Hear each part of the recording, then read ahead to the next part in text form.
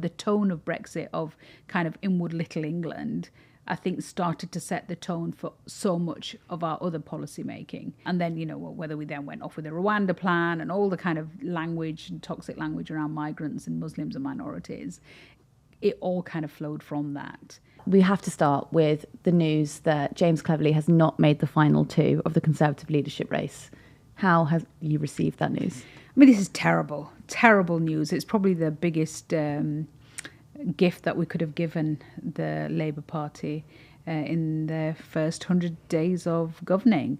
And I think there will be lots of people in the Labour Party celebrating and rejoicing tonight, because I think whether it's Kemi Badenoch or Robert Jenrick, I think they're going to relish the opportunity of going into the next election facing one of these two, because we're so off the centre ground now with either of these candidates that I think it's going to be very difficult to rebuild what I think needs to be a responsible grown-up party. Would you say it's a win for the culture war? Can culture wars ever win? I just think it's a terrible moment for culture wars. And, one of the things that I've been saying after the racist riots over the summer is that we've got to turn off the toxic tap of culture wars, because only then can we start then mopping up the mess. And I think somebody's just pulled the whole thing off the tap now, and this could be going all over the place. Because there was certainly an element from that, from James Cleverly's side. He was talking about the party being, well, firstly more normal, but he was calling for calm and he was calling for cohesion. So would you say that the two candidates who've gone into the final, they're almost rallying against that line of thought? I think in the final four there were the two sensible candidates, Tom and James, and I've got my differences with them, but there's no doubt that they were certainly part of the more sensible part of the party. And then there were the two less so sensible candidates, and unfortunately parliamentary colleagues seem to have picked the not so sensible candidates, which kind of concerns me as to where our parliamentary party are at. My concern always was that we may end up with James in the final with possibly Robert or Kemi. And I thought, well, at that point, James may lose because the party membership might want a more right-wing candidate. But I didn't think that the parliamentary party would choose Kemi and Robert to go into the final. So you think that they appealed to the base more than you expected them to appeal to the parliamentary party? Or maybe the parliamentary party are more reflective of a more extreme right-wing base than I'd anticipated. We did have a huge turnaround in the last election, and I'm not familiar with all the new people who got elected, and we did lose some good, sensible centre-ground candidates. So, maybe the parliamentary party are far more to the right than I anticipated. When do you think that began with the Conservative Party? Because you only, fairly recently resigned the Tory whip. But at what point do you think that there was a turning point with the Conservative Party? I think definitely the high watermark was 2010 in terms of diversity, inclusion, changing the faces of the party, wanting to appeal to a much broader base, support for things like equal marriage, support for much more considered, thoughtful responses to climate change. It was a whole plethora of things, just a much more inclusive, liberal way of seeing the world, a much more globalist way of seeing the world. But I think Brexit was a turning point when large parts of the party kind of moved into protectionist mode and moved into much more kind of inward-looking mode. And then post-Brexit, I don't think we've ever recovered. It's really interesting. So do you think that it was easier, perhaps, for the Conservative Party to focus on smaller internal battles than it was to tackle the sort of macro, what was going on outside? I think once the Brexit referendum had happened and Leave had won, I think after that, everything then became about Brexit. But the tone of Brexit, whatever the kind of big constitutional arguments were, the tone of Brexit, of kind of inward little England, I think started to set the tone for so much of our other policy making. And then, whether we then went off with the Rwanda plan and all the kind of language and toxic language around migrants and Muslims and minorities, it all kind of flowed from that. So I think definitely that was the turning point, the referendum, and the result of the referendum was the turning point. And in the middle of that Brexit argument, you had Boris Johnson as Prime Minister and a lot of the sort of vitriolic rhetoric that he'd been using over the past couple of decades came to the forefront. It became very prominent. It was known that he'd been using language like describing Muslim women as letterboxes. Why didn't you resign the whip then? Oh, so the reason why I've resigned the whip at the moment isn't just because of the kind of slow march towards the far right of my party.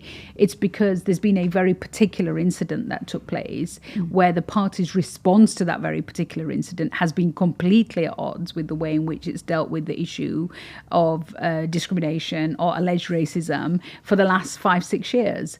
And, I was told that this was going to happen behind closed doors, and I wasn't prepared to accept that. So for me, the reason I've resigned the whip is because I want to be able to fight this battle with the party. I think they are fundamentally wrong. I think they are fundamentally holding Muslims to standards and to account in ways that they don't hold any other community. I think they treat anti-Muslim racism in a completely different way, but then allegations of Muslims, allegations directed at Muslims are treated in a completely different way. And I wasn't prepared to accept that behind closed doors. And I therefore said, look, I'm going to fight this openly. I'm not prepared to deal with this, by brushing it and having, conversations in dark rooms behind closed doors. I want to have this dealt with openly. And that's why I resigned the whip, to be able to do that. And we're talking about a tweet. Yeah, we're talking about a tweet where, and the kind of crazy response that there has been to that. And it's now part of a legal process, so I don't really want to talk about it in detail. My lawyers are dealing with it. But I think just that moment, I thought, well, I'm not going to let this lie. I'm not prepared to, kind of do a deal. I'm not prepared to deal with this behind closed doors. Why do you think that changed the way in which...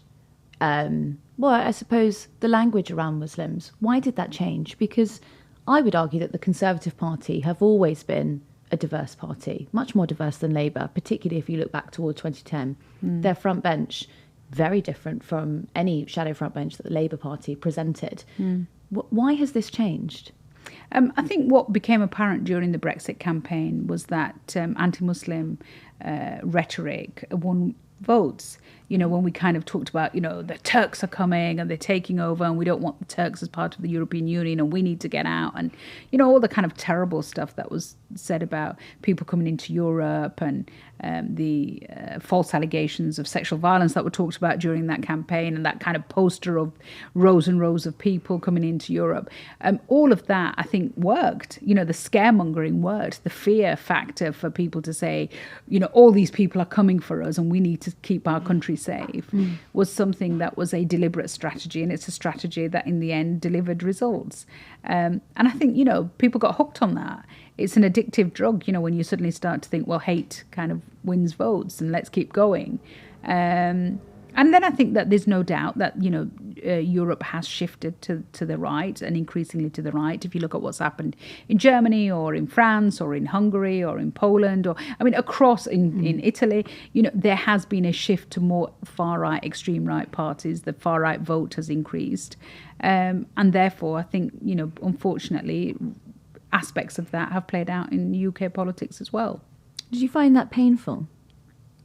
I find it scary. I find it incredibly, the sense of fear is real. One of the reasons behind the book is because I have had friends and family having conversations about exit routes, about making plan Bs, about finding a safe place to go to, about sanctuary homes.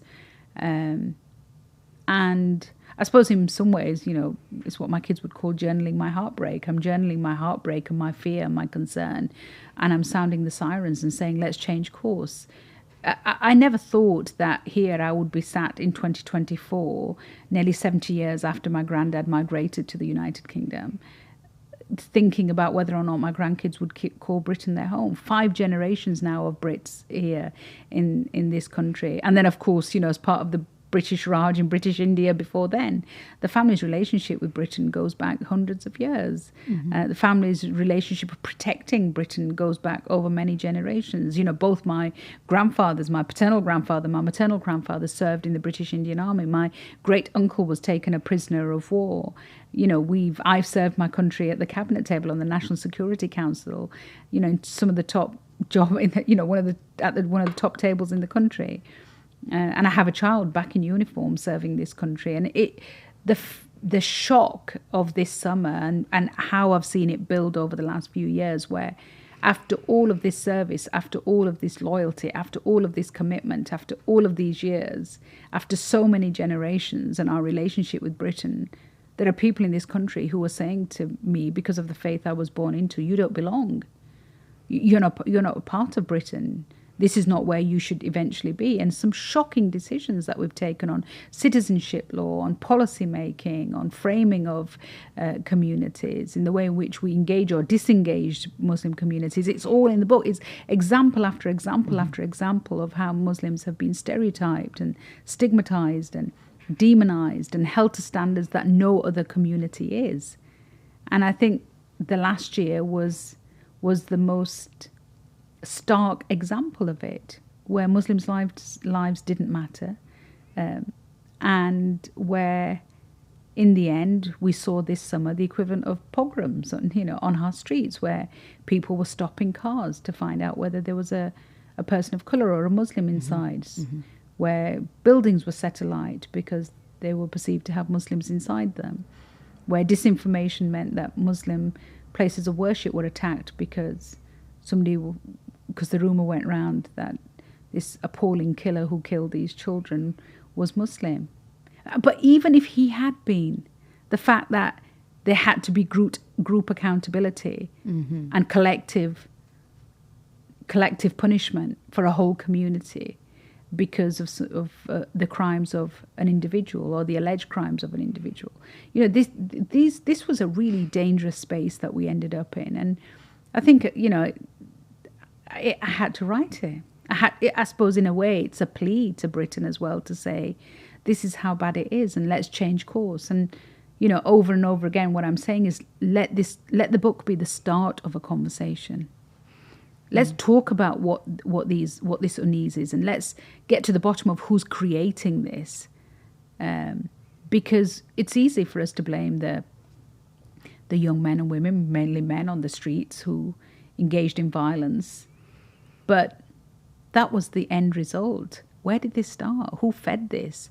And it's the powerful people, often men, powerful men in positions of authority, who for many, many years have been feeding this toxic atmosphere and poisoning the public discourse to a point where we then saw it flow over into violence. And the legacy of that, of course, is still apparent. I mean, I was just in Southport a week ago, and the mosque that was at the centre of those riots is now boarded up. It's got sort of bars on the window. It's got security cameras, 24/7 security guards outside the mosque. The legacy of that continues. It hasn't ended. Of course, over the summer. And how can a place of worship become a place that has to be protected in this way? How can a place where people go for spirituality be considered to be a target in this way? I think it is a deeply, deeply scary time to be British Muslim, and it's a very uneasy time. I mean, this morning I was at a lovely school, really successful school. And at the end of the talk, I had staff coming up to me, Muslim staff, saying, "I'm so glad you're saying this. We feel silenced. We feel so scared of just raising our head and talking about these issues. And yet every day they've become a part of our lived experience." Which is the same for, the imam that I spoke to at that mosque. He just said on the night, they just went inside. They just wanted to get out of the way. They weren't hiding. They just wanted to get out of the way. I suppose, you theorise all throughout this book, but what's the end goal? At what point will these people who are pushing this rhetoric, at what point will they stop? When will they be happy? I think colleagues are now starting to talk about it quite openly, that we want to control migration, but we want to control a particular kind of migration. Kemi Badenoch didn't make any secrets about that. There are certain people in certain cultures who we don't want coming into our country. I mean, it's the equivalent of the Trump Muslim ban. This is the awful Trumpian Republican kind of politics finding its way into British politics. It's about saying that, Britain is going to be a hostile place for British Muslims. And again, this has been talked about, for years. I mean, one of the people that my colleagues now quote, somebody who was considered to be beyond the pale and not allowed anywhere near a Conservative coalition government and a Cameron government, was Douglas Murray, who said it's time to make life difficult for Muslims in Europe. I paraphrase. So this narrative has been going on for nearly 2 decades. But what 2 decades was seen as, it was part of his Pim Fatan lecture. But what in the past was seen as, crackpot, eccentric, fringe voices has now started to become heard through the voices of mainstream politicians. That's the dangerous bit. We've always had fringe extreme voices in this country. And whether that's, anti-women, misogynistic voices, homophobic voices, racist voices, whatever they may happen to be, but they've always been on the fringe. I think the dangerousness of where we are now is this is now mainstream. And when extreme voices become so mainstream, we're then on a trajectory to something quite dangerous. So the bar or the threshold of what has become acceptable language, that's moved? Completely. How do you move on from that? I mean, we're talking about this on the backdrop of a war in Gaza. That's important because we've had many marches across London over the past year or so, and the language that's used about those marches is not too different to the language that you've been laying out right now. I mean, how much of an impact has that war in Gaza, do you think, had on the rhetoric? I think hugely, because what we've shown in the way that we've responded to that, and the fact that now, 45,000 people have been killed, many more buried under rubble, a community, a land decimated, healthcare decimated, children killed at the rate that we've never seen children killed before. What we're basically saying is that Palestinian lives don't matter. And the reason that Palestinian lives don't matter is because when we talk about those that march for peace and those that march for Palestine, we've dehumanized them, and we've dehumanized them by labeling them as Muslims, by labeling them as Islamists and extremists and anti-Semites, because the quickest way to dehumanize a whole community, even when they're not Muslim, is to define them as Muslim.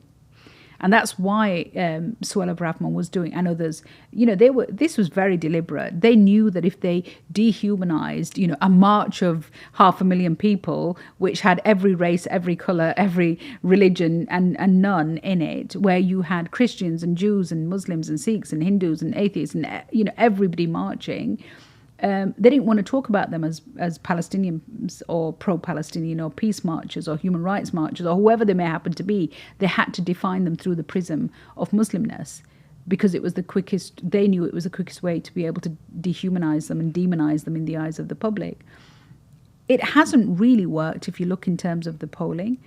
Overwhelmingly, this country wants a ceasefire. Overwhelmingly, this country thinks that Netanyahu is somebody who needs to be arrested and tried for war crimes. Overwhelmingly, the majority want us to stop selling arms to Israel.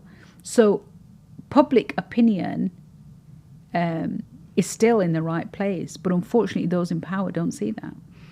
When you discuss this, you have a podcast with David Baddiel. Yeah. When you discuss this with him, how do those discussions play out? I mean, it almost feels to me like there's been a footballification of the conflict.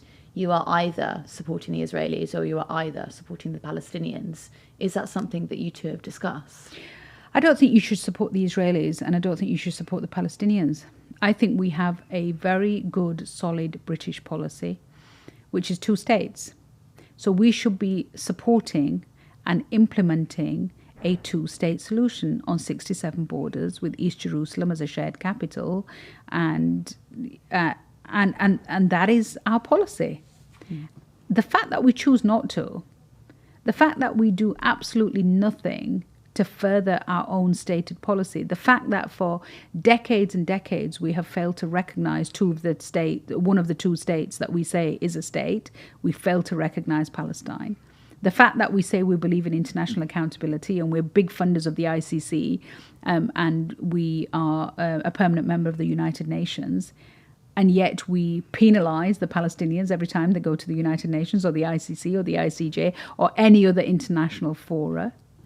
The fact that we believe in 67 borders and we say that settlements are illegal and we want to end the occupation, and yet absolutely no consequence follows from the expansion of settlements at a horrendous rate over the last 10 years. The fact that we continue to do business as usual with Israel as it continues to flout international law and it continues to expand settlement building and it continues to act in the way in which it treats its own population on a two-tier system. It continues to commit the crime of apartheid in the West Bank and other occupied territories. Which is fundamentally against our value of people being equal before the law, and we continue as business as usual, means that it isn't our policy that's flawed. What's flawed is the implementation of it. And for that, we have to hold our politicians to account, whatever political party they belong to. And it's the reason why I resigned in 2014. I couldn't understand. I kept saying to my colleagues and the Prime Minister, David Cameron at the time, explain to me why we are not following our own rules-based order. Explain to me why we are not following our own policy. Explain to me why we are not following our own values. Why are we not acting in line with British foreign policy and in line with British interests? What did he say? Well, I think the theory was that what we do is we try and appease Netanyahu, and through that appeasement we win favour with him, and through winning favour with him we win some level of influence on him, and through some level of influence on him we eventually get him to, play ball. And 10 He's years never later, going to play ball. Mm-hmm. If anybody has studied, I mean, even, if you look at all the internal conversations from the US and politicians, every time there's been a leaked conversation about Netanyahu, it's been absolutely my experience, which is he cannot be trusted. You can't not believe a word he says. He is corrupt. He's holding on to office because it means it's the only way he stays out from being tried for his own crimes. And he is ever moving closer to a more and more extreme right-wing position, which we've now seen in full flow, sitting and building coalitions with more and more extreme people, even self-confessed fascists. You've got people like Smotrich and Ben-Gvir now as part of his close circle, leading to an ever more right-wing and radicalized aspect of Israeli society. And more extreme settler violence. It hasn't worked. Appeasement has not worked with Netanyahu. And he is now out of control and rogue, and we are left literally trying to hold little fig leaves of our policy to hide our shame. And it is a shameful period in our history. We are on the wrong side of history. And we will look back at this period, as we do with other sections, parts of history, and we will be appalled that we didn't do more. And so is it difficult to speak out on these issues? Of course it is. Is it difficult? Was it difficult in 2014 to walk away from cabinet? Yes, it was, from one of the best jobs that a working class girl like me would have grown up and held. It's not the kind of thing you want to walk away from. But I think long after politics has come and gone, and long after even when you and I have come and gone, we will look back, and I think it is so important that we were on the right side of history and the right side of arguments. That appeasement played out with Cameron's condemnation of expanding illegal settlements. But in terms of the practice, of anything coming into practice, nothing happened. The arms sales to Israel, that was the documentation about that was sat on for quite some time when Cameron was Foreign Secretary. You've now got a Labour government who has halted not even 10% of those arms sales. So what's the difference between the Conservative line of thinking when it came to Netanyahu, which is what you've said is appeasement? What is different now with the Labour Party? Absolutely none at all. And this is my point, that the Middle East policy on Israel and Palestine has never changed under successive governments. It is the same policy. It was the same under a Labour government. It was under a coalition government. It was under a Conservative government. It is under now a Labour government again. But every single one of those governments has failed in its implementation of it. And that's the question to which I do not have the answer. even having served at the heart of the Foreign Office, nobody has been able to convince me with any evidence or conviction that actually our policy of appeasement is working. It isn't. And we've seen now with this mass bloodshed, the region on the brink of a huge all-out war, and Netanyahu increasingly emboldened, not giving a damn about the views of countries like the United Kingdom. You see, I think people get angry at the UK now, at the UK government, and say, you're not doing enough, you're not saying this to Netanyahu. I think the reality is we can say what we want. I don't think he cares. I don't think he cares what we think. I don't think he cares what our views are. And I don't think he's ever going to heed what we say to him. The only show in town is the United States. And it's until the United States actually turn off the tap of feeding that war through weapons and feeding that war through money and feeding that war through complete support in every international fora, until the US say enough, this will continue. Was there a sense in 2014 that Netanyahu, you might have had his ear? Is that something that's waned over time? I think he's definitely become more emboldened, more right-wing and more extreme since 2014. It feels everything that you're talking about is the news cycle. So, how did this come about, this book? It was interesting because last night we had a book launch and my editor said the first email about the book landed in his inbox in March. And we spoke at the end of March and we agreed to write at the end of March with a start date of the 1st of April, with a view to completing it within 12 weeks. And it didn't quite go to that plan, but we weren't that far off. But in the end, it was written in real time. And it's 150 pages. It's something that you can read in about 3 hours. And it is and it's a book packed full of example after example after example, saying this is the state of where we're at. This is what is happening in politics. This is what's happening in policy making. This is what's happening in the media. This is what's happening in the law. And I suppose for me, it's an appeal to say to people, use this, learn from it, urge your organizations and institutions to pivot and start the really tough conversations, because it can't go on like this. We're certainly at a precipice, I think. We're about to elect a new Conservative leader. We've had a summer of riots. I think the country is still in recovery. Of course it's still in recovery. This is a precipice moment, and this is sort of the blueprint of moving forward. I said that yesterday. There was a Labour cabinet minister at the launch, and I said to him, well, thank you very much for coming. Could you just take chapter 6 and implement it, please? And it what is. Did he say? He said we will definitely look at it. And there's definitely politician answer, isn't it? Yeah, but I think there's definitely there's definitely an interest in the Labour government. They realise they have to do something, and they realise that they have to change course, because the alternative is just too horrific to think about. And so I'm hoping that the book will be used to impact policy, to start great conversations, to make people think again.